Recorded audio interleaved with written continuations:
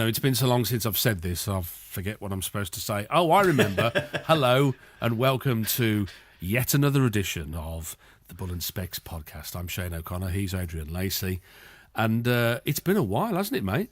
It sure has. Yes, we did our Christmas specials and New Year's special, and then you've had a bit of a time of it, haven't you? A torrid time. Don't start me coughing. Excuse me. I've been in sick bay with Matron, probably since Matron. Yeah, probably about Boxing Day, believe it or not. And how is Barbara Windsor? Oh, Matron. Honestly, I make light of it. I nearly died. No, I didn't. It's a man thing, isn't it, that? I've had this, there's like a kind of... Well, I thought I was being really brave and really clever and really sophisticated, and because, being a new parent and that, I thought, what a great idea. I'll have the flu jab. And I had I had to pay for it. I had to go to the... I couldn't get it at Tesco. So you got private flu? Private flu jab. Private flu? Yeah. Hello, private flu. Report for duty, sir. And I had the 4-in-1. There's 4 different flu elements. Do you know about this? No, I try and avoid it. I think you're about to give me a reason to avoid it even more. No, it's a doddle. I went to my local chemist. I say I'll try to have it at Tesco because you can do it at... I thought they did it on the checkout, which would be weird. But they don't. They do it in the pharmacy. And they... couldn't do it. Well, they could, but they were like making appointments. So I went to my local chemist and they went, yeah, do it now if you want. You're ready. And so they just talk you through what it's going to be. Really good service, and it cost about a tenner. Anyway, long story short, I had the flu jab and I thought, that's great, that's me sorted. And then I got tonsillitis and this kind of viral chest thing that everybody's had, and so I was no better off, really. So here we are. What did you say was the last one we did? What time? When was that? I'm just looking at the recording. Was December 21st. Wow. It's been a while, hasn't it? Because we recorded 2 for over Christmas and the New Year. Obviously, people are thinking, "Hang on, I heard one in between that." But yeah, so that's more or less what I've been doing, really, which was sort of being a bit ill, and you've been ever so patient. So I do appreciate it. Thanks for that. Well, that's all right. You've been the patient, the English patient. Yeah. But are you linking the two, or have I misunderstood? No, I don't think so. And what you then suffered. I know tonsillitis is separate, isn't it? But well, the chemist said to me, she said, people will say to you, you will get flu having the flu jab. And she said, that is rubbish. She said, and the reason is because the flu jab is what they call a dead vaccine. Right. It has no live culture in it. It's a bit like Watford, where I was brought up. I was going to say... Sorry, have I nicked your gag? No, she said it's a bit like you, really. It's got no culture whatsoever. And scratching me head, what's she on about? But yes, and that's why you can't... So if you have a different vaccine that has a live culture in it, then it will give you the symptoms of whatever it is you're being vaccinated against. Right. So I don't know. I don't think I am associating the two. Oh, and I forgot to mention, the little boy's been really poorly. He's had a cold, and you kind of think, oh, a cold, that's nothing. But in a baby under 6 weeks old, because they're nose breathers at that age, basically, in order to stop them choking when they feed, they won't ever breathe through their mouth. I didn't know this. Right. And if their nasal passages get all blocked up, they then can't feed. Right. So they're doing all this kind of thing, and they can't figure out, actually, I can just open my mouth and go and breathe. And so he's been having problems with that as well. A doctor actually told me, he said, the best thing you can do is if you're worried, make them cry. He said, because if you just pinch them or something like that, he said, make them cry.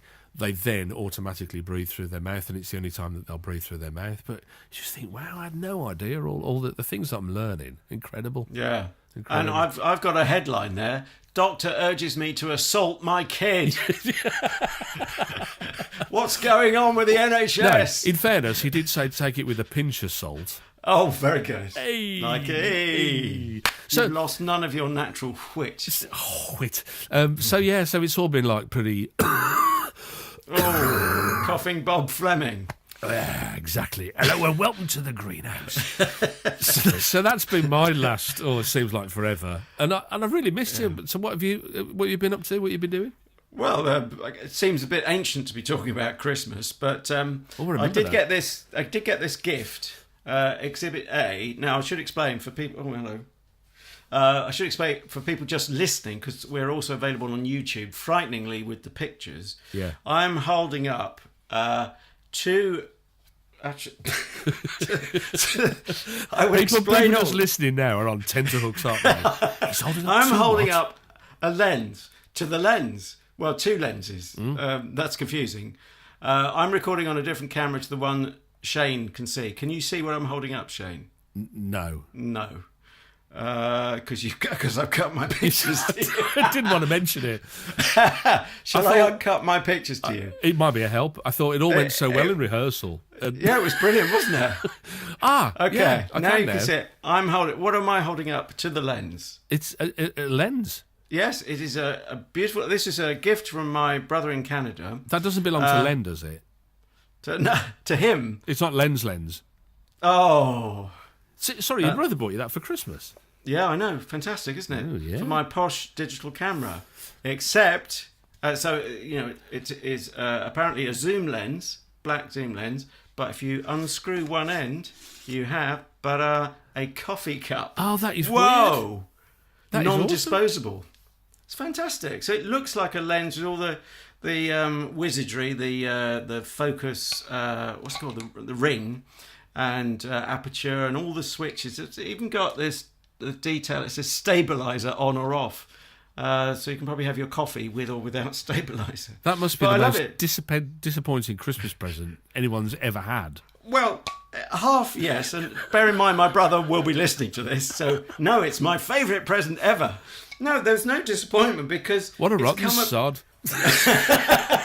That's what he calls me. No, that's why he's given me this rotten gift. No, it's because it's come at precisely the right time, especially if you watch Blue Planet 2 or whatever it's called, David Attenborough's thing. And at the time we've been talking about disposable coffee cups and all that, I get 25 pence off every cup of coffee now. So if I save up long enough over a period of years, I think I can afford a lens. What do you mean you get 25 pence off every cup of coffee? Well, because you don't have a cup. Yeah, you ruined my gag now. Sorry. Everyone else got the gag. It's just you, Shane. Sorry. I don't go to coffee shops very often. I can't afford it. Well, you'll be able to afford it if you have one of these adapted mugs that thinks it's a lens. That is so cool. But good, so disappointed in another way. But also another prop, again, visual. This microphone from my brother. Look at that. It's got for those who can't see currently, if you're not watching on YouTube, it's sort of Elvis 1955 era microphone. Sure, 55 rings a bell. Right. I have a feeling, being the sound bore I am. They're like the square ones with the lined grid on them, aren't they? I suppose. Yeah, the chrome grill. Yeah. It looks if you think Good Morning Vietnam. Right. Yeah. Indeed. Good. All of that. Yeah. That kind of and also it reminds me of a sort of Ford Cadillac, early 60s. And what's that? Is that a sandwich box? It's a microphone, strange enough, disguised as a microphone. Oh. So that's my Christmas gifts. That's pretty cool. I like that. I do like that. You were saying about some corrections as well from... Was it last time we were on? Yes. Do you know I was talking about the song... Because we were talking about Christmas ads, weren't we? And Elbow did a version of the Beatles' Golden Slumbers. Yeah. Are you laughing or coughing? I was laughing at a conversation about Elbow, which, if you haven't heard it, go back and listen to it. I can't tell you, your arts from your elbow. Yeah. Anyway, Golden Slumbers is on the Abbey Road album, as any fool know, if you're a Beatles fan. And I came out with half-truths, and I apologise for the half that wasn't the truth, because I hadn't checked the book. I said the vocal, the lyric was hundreds of years old. I got that bit right. Golden slumbers, da-da-da, fill your mind, da-da-da. I can't remember it now. Yeah. Memorable lyrics. Obviously. Yeah. But then I confused two Paul McCartney songs, for which I apologise. I said it was to do with, if you remember, Shane, and anyone who saw or heard that Bull and Specs edition, I said Dustin Hoffman came round for a meal, right. Yeah. And did a sort of bet with Paul. I bet you can't write a song around these lyrics. Dustin Hoffman did come round, but I was confusing the song. It wasn't that one. It was on Live and Let Die. No, drink. Don't make it harder. Drink to Me. Picasso's Last Words. Right. Was the one that Dustin Hoffman said, I bet you can't make a song out of Picasso's last words. And of course, Paul McCartney, being Paul McCartney, did. So, well, I'm glad you corrected it, because I didn't want Picasso on the phone saying, have you misquoted my last words and actually said it was from Live and Let Die, or Jet or something. Live and Jet Die. Yeah. You should have left that one, because I'd have believed you. You were so authentic. I was convincing. Well, I believed myself. I didn't. I wasn't trying to pull the wool over anyone's ears. Yeah, I prefer the original story now. I'm going to tell you that because that was that you were saying that he brought this poem, or it was some 16th century poem, wasn't it, or something? And I said, so that has to be a setup, because why would he have it with him? But now it's that, and it's Picasso's last words. It's probably a bit more plausible, isn't it? It's more likely that it's more likely that it came from the newspaper that was knocking around that week, because it was 1973, I think. What were Picasso's last words? Drink to me, drink to my. Well, that's the lyric of the song. I'll probably get done for copyright by McCartney Publishing, but something like drink to me. You know I can't drink anymore, so it's kind of you drink for me. You're not getting confused with Lily the Pink, are you? It's not. Oh, it could be. Yeah. Well, that was Paul McCartney's brother, as we all know. Yeah, Mike McCarthy. McGeer, was it? Oh. Yeah. Well, so that's what he used to use, so he didn't know it was McCartney's brother, I think. Yeah. So he might regret that now. Would we have heard of Stella McCartney if she'd been Stella McGeer, or who knows? Stella Smith. It's just made me think now. I'm going to have to rehearse my last words, because I want them to be cooler than who strapped that piano there like that, or something. Get that piano off my foot, it's killing me. yeah. Is it one of the famous last words like, who would have thought that would have killed you? So yeah, I'm going to have to figure those out anyway. So should we carry on with our news stories then? Let's get moving. Yeah, the other side of this. Okay, this is Bull and Specs. You've heard a little recap, or rather rewind, to what we've been up to after the last few weeks. If you haven't heard the show before, we try and chew off, as well as our own personal news from the last week, or however long since we last recorded, we try and chew off a couple of stories in the news. And I'm going to kick off with one here, which I think Shane's done a little prep on. And this is about knife crime in the capital. Now, I do the London podcast, so I do have a particular interest in London, I guess, and I'm on its doorstep, living in Kent. And also, I'm a Londoner, and any of us who move around London, or whichever city we're based to, you're near Birmingham, of course, you want to feel safe, don't you? I'm a bit hard to feel safe when there have been 80 fatal stabbings in London. That's just in the last year, and that's the highest for a decade. Now, obviously, one fatal stabbing is one too many, but 80 is looking pretty serious, to say the least. What I would say is, I'm going to guess, and I don't know what your equivalent will be in Birmingham, because I don't know it well enough, having worked a bit there. You go to Knightsbridge, or to Hyde Park, or to Kensington and Chelsea, you're probably not at the highest risk. Not wishing to be flippant of these things. So there are hotspots. I don't know. I disagree with that, because from my experience of speaking to law enforcement, people tend to go away to rob. I don't know if there was something on the internet the other day about a guy.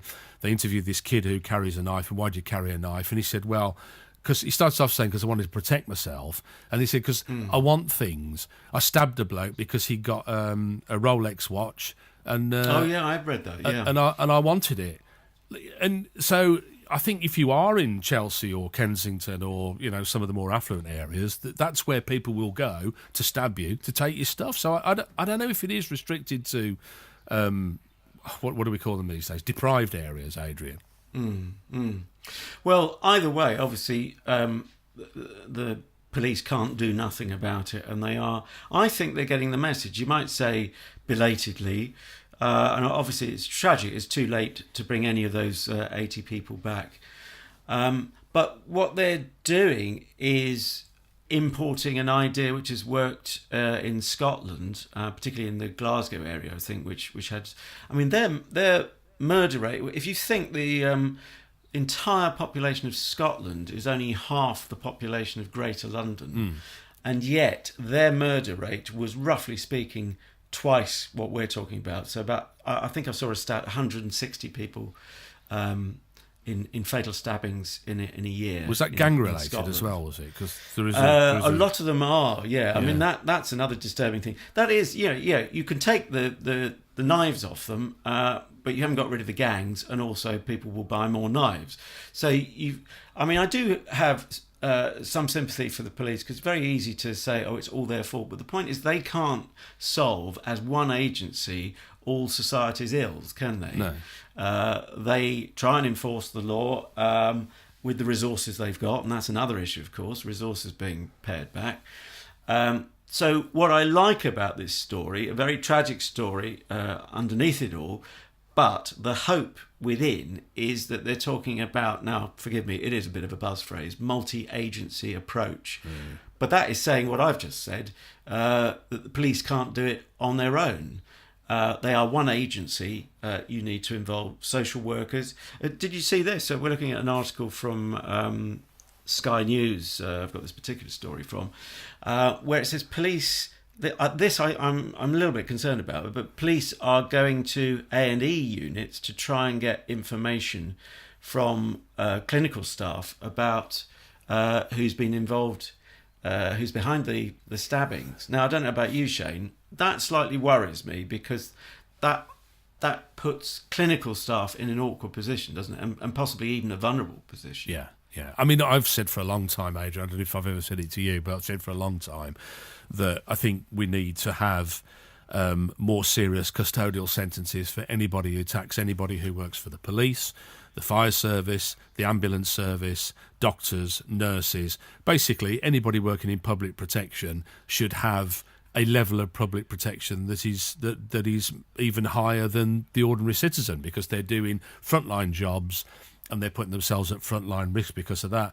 What worries me in all of this, and I remember covering a case in Coventry of a little lad that was murdered by his, I was going to say stepfather, it was his mother's partner. Right. I got a little lad called Daniel Pelker. And they talked about the solution to his murder would be multi-agency conversations, and the police and the social workers were going to get together and they're going to talk to the doctors and the hospitals and all this sort of stuff.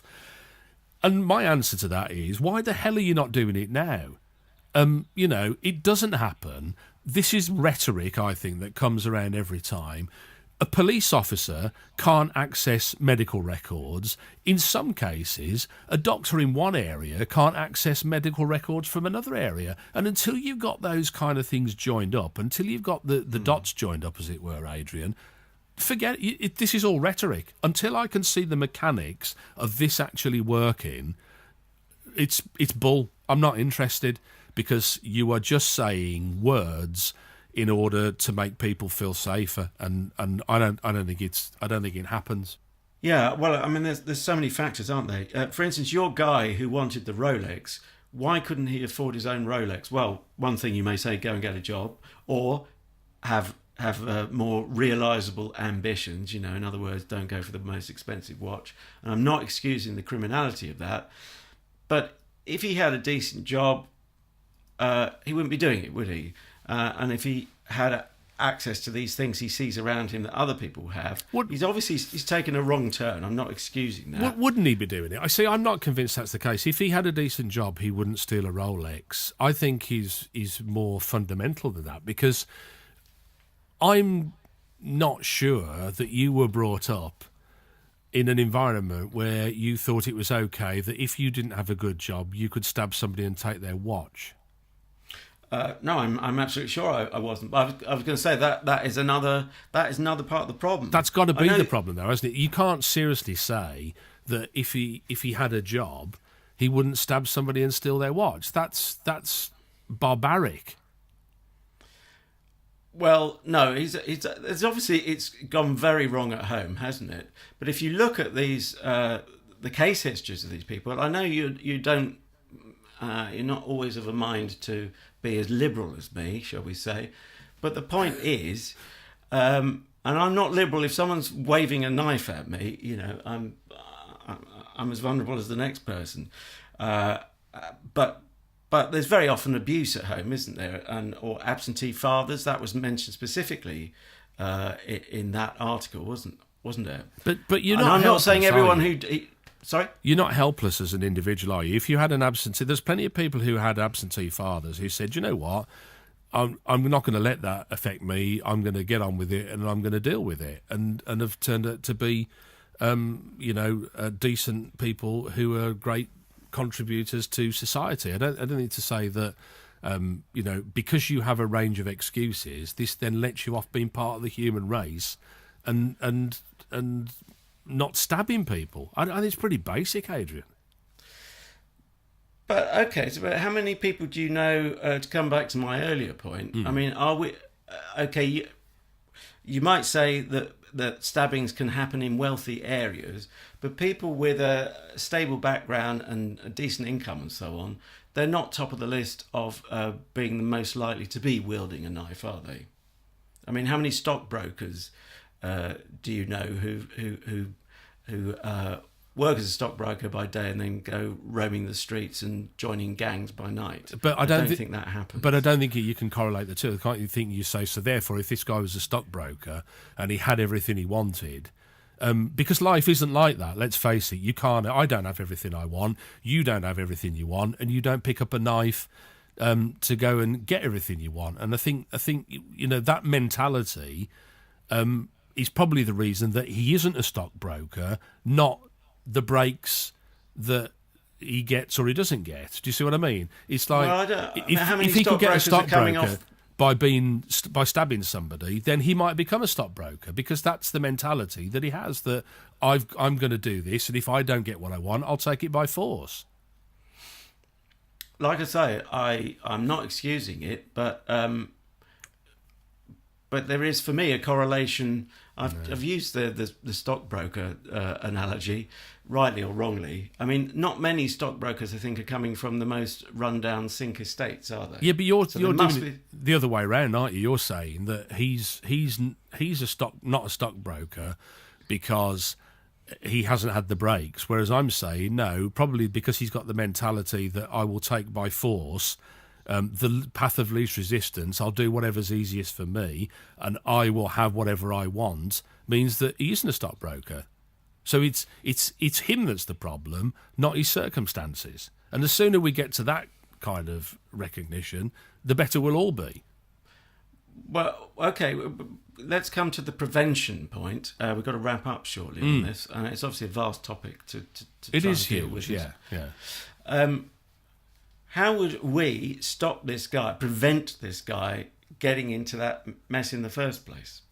I don't think it is about preventing the guy from getting into that mess in the first place. I think what you do is you say to people, there are consequences to life. I think there are fewer consequences to life now than there have ever been. And I think, it's interesting because it's a top Scotland Yard officer in this story is now saying that courts and prisons aren't doing enough to help police to tackle London's knife crime epidemic. He's saying that you're not banging these people up for long enough. There isn't enough of a consequence to them doing what they're doing. And it's basically, if you imagine how you were brought up as a child, it was action and consequence. And that's what we've lost. It's simple. It's not a difficult thing. Well, I don't accept that. You're being very selective in what you're saying his philosophy is, because actually, let me quote this, because he says, Martin Hewitt said young knife users needed to know that they faced tough sentences, but would also be given rehabilitation to stop them reoffending. Yeah, and if you scroll down, my friend, I'm not saying it's not that, but I would say the other side of the coin, you have to have both sides of the coin. He adds, when people go to prison, there should be a positive element in terms of rehabilitating them. Yeah. But they should go to prison for a long time.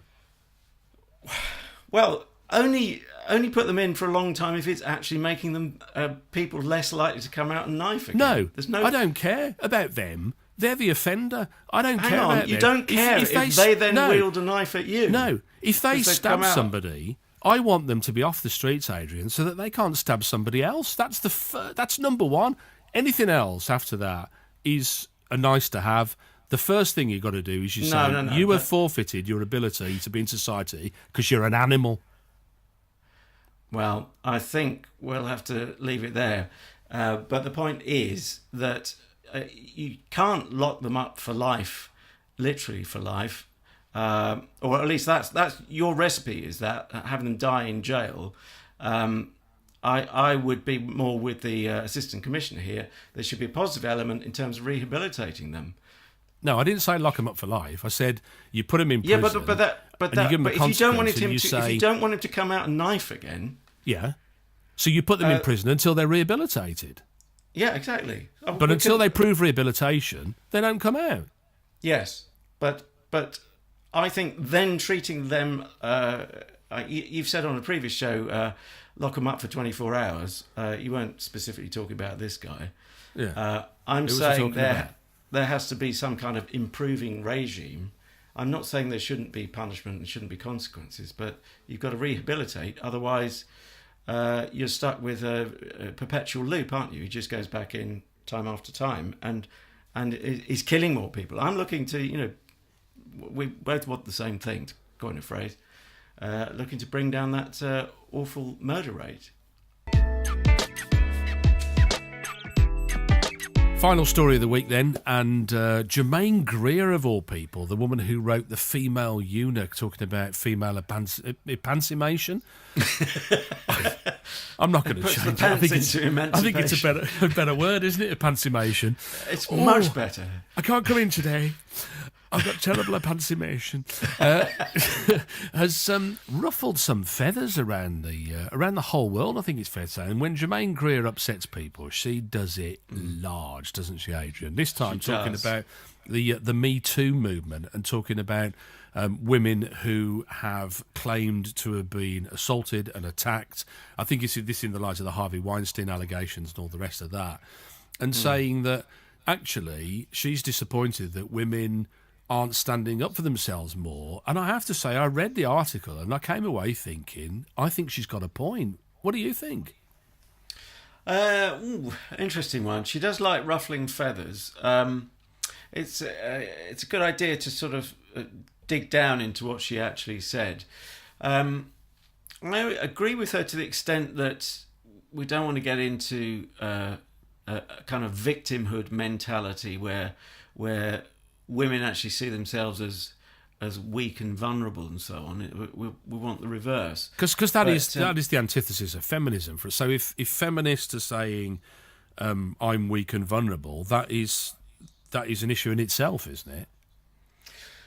Yes, although I think that feminism for me is a spectrum. It's not cut and dried that it's one thing and this means this and that means that and this falls outside of feminism. This is absolutely in it. If women want to shave their armpit hair, then that's their choice, and it's not for anyone to tell them to do it or not do it. Equally, trivial. If men want to shave their armpit hair, that's their choice as well, isn't it? Absolutely. And if I want you to shave my armpit hair, that takes two of us. But sorry, I'm trivialising a massively important and some garden machinery. Possibly. Yes. Do you know what I liked about this story was that she uses what I would call the carry-on defence. Did you see this? Oh yeah. Explain. Which is also, I think, has also been described as the Alf Garnett defence, and not least by Warren Mitchell. For people who accuse Warren Mitchell of being encouraging racism, as it were. He used to say, actually, no, you're getting it all wrong because Alf Garnett, the character that I played, or Archie Bunker, I think it was in America, wasn't it? If we got anybody listening who is from the United States, was always the loser. And Germaine Greer used this argument. She said in the old days, she said there were movies, carry-on comedies, for example, she said, which always had a man leering after a woman. The woman always outwitted him.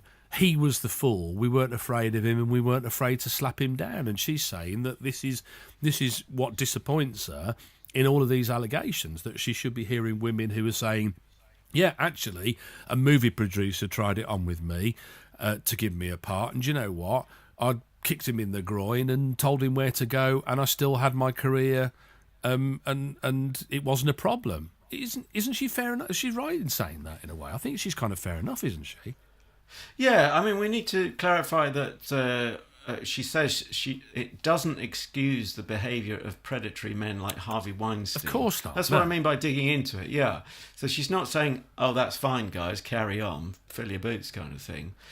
But to use a slightly crude term, to quote her, so she's using a crude term, she said, if you spread your legs, this is exactly what you're picking up on, if you spread your legs because he said, be nice to me and I'll give you a job in a movie. Well, the problem I have with that sentence is that none of us were there when Harvey Weinstein did what he did. But I did allegedly read, at this stage, isn't it? Still, he's not been. Yes, and I'm not saying that for legal protection, but more for accuracy, because something still there still haven't been allegations that have been proven one way or the other. Well, it hasn't gone to court as such, has it? So they haven't been proven. Yes, and he's in some kind of priory type centre in Arizona. Last time I looked, anyway. But the point is, that's not the order of events necessarily, is it? It's a woman going for an audition. It's not like him saying, "Oh, I'll give you the part if you tackle my parts," as it were. Right. It's suddenly as I read it, at least in some instances, it's a woman who might already have been cast, or is in the process of script reading and so on, and then suddenly finds herself alone with him. Now, of course, he's engineered it very consciously, but she might have not actually clocked that. She might have been lost in conversation, and there have been other people around them, and then suddenly they melt away because they're all part of his sort of clique, as it were, allegedly, we must say at this stage. So I take issue with her on that, sort of suggesting that this is the deal. You can have the part if you do this kind of thing. But what she's right in saying, though, is that it's difficult to discern what actually happened, because if somebody came out of my past and said they had sex with me, and now they're saying that they didn't consent, where do you go with that? How do you prove that? How do they prove that I did? How do I prove that I didn't? Yeah. And you can't go on like this. I mean, she's quite right in saying that, what she's saying is that we don't know. We don't know whether they struck a deal or whether they thought, actually, it's probably worth it to further my career, and so I'll sleep with Mr. X or Mr. Y. And this isn't something that is, predominantly male and female that way round. A woman could say this to a man and say, if you sleep with me, I'll give you a promotion. It never happened to me, I have to say. But, well, I think you've got to look at yourself and your own happen. personal hygiene to figure that one out. But it's too late for that. But equally, it is what is it Judge Judy, I think, calls he said she said. How do you discern that? Yeah, that is the problem. That problem is always going to be with us. Although the interesting new twist is this device we all carry around that we laughingly still call a phone, which is actually a portable computer, isn't it? Mm. And that's where we, for me, this leads directly to having a look at police resources, because we've had these 2 or 3 cases now, haven't we, in the last few weeks, where a man has been on trial accused of rape or a sexual assault of some nature. Yes, and then other evidence has come to light. Yeah. Now, I'm not rushing to blame the police on that one, because there's vast amounts of, we've just been trying to clear some data on my phone to record this show. Well, it's the Crown So I know Prosecution how much- Service, if anybody takes ownership of that, because it came out that there wasn't enough evidence to actually proceed on the basis that they proceed on. So somebody muffed up somewhere in their vigour to prosecute another wicked man, got it completely wrong. Yes, and it's quite frightening that if those things hadn't come to light, then those guys would be behind bars potentially for a long time. Yeah. And a former police officer was asked on the radio yesterday, did he think other people had already gone to jail in error? And he said on the balance of probabilities, yes. That to me says we've got to have some case reviews. But it is the he said, she said thing by the very nature of the offence. And I don't, apart from where there is evidence or fairly clear evidence on a phone, I don't know where you go with that. It never gets better. But it isn't a he said, she said, is it though? Because if you think in terms of sexual assault or rape or crimes like that, a major player in criminal trials is forensic evidence. So it's only in historical cases where there is no forensic evidence, or you were saying there is no evidence of assault or evidence of you don't need to list the whole thing, but in cases that are so old, that's the only time that it is he said, she said, because there is no forensic evidence to back up what somebody's saying. Yeah.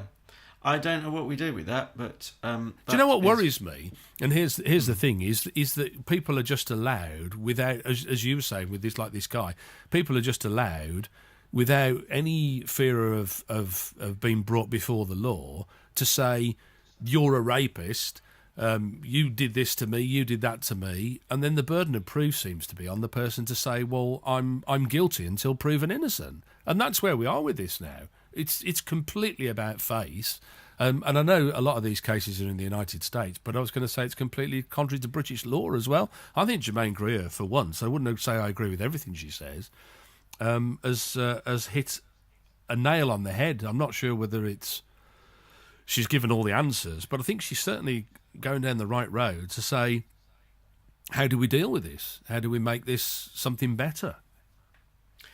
And sadly, we've run out of time on yet another huge issue. But yes, let's leave that with those sadly unanswered questions there. Couple of massive ones this week, hasn't it? But I've really enjoyed getting my teeth stuck into those. If you've enjoyed it and you've liked listening, then don't forget you can listen in many ways. You can listen on iTunes. We're now on iHeartRadio. Still got to find out what that exactly means, but that's brilliant. Yeah! Spreaker, lots of other ways that you can hear us. And as you mentioned earlier, you can see the pictures as well, can't you, Adrian? Yes, should you choose. Those are on YouTube, and what you do is you just go to YouTube and search Bull and Specs, and you make sure the and is actually the sign for and, which you'll find, as you helpfully pointed out on a previous show, above the number 7 on your keyboard, so the ampersand. You haven't lost it These since, things have you? You've not been charged for this information. Hey, listen, we'll see you next time, and I promise between now and the next episode I'll carry on taking the medicine. Yes. And I promise I'll try not to say anything remotely amusing to make you laugh and then cough.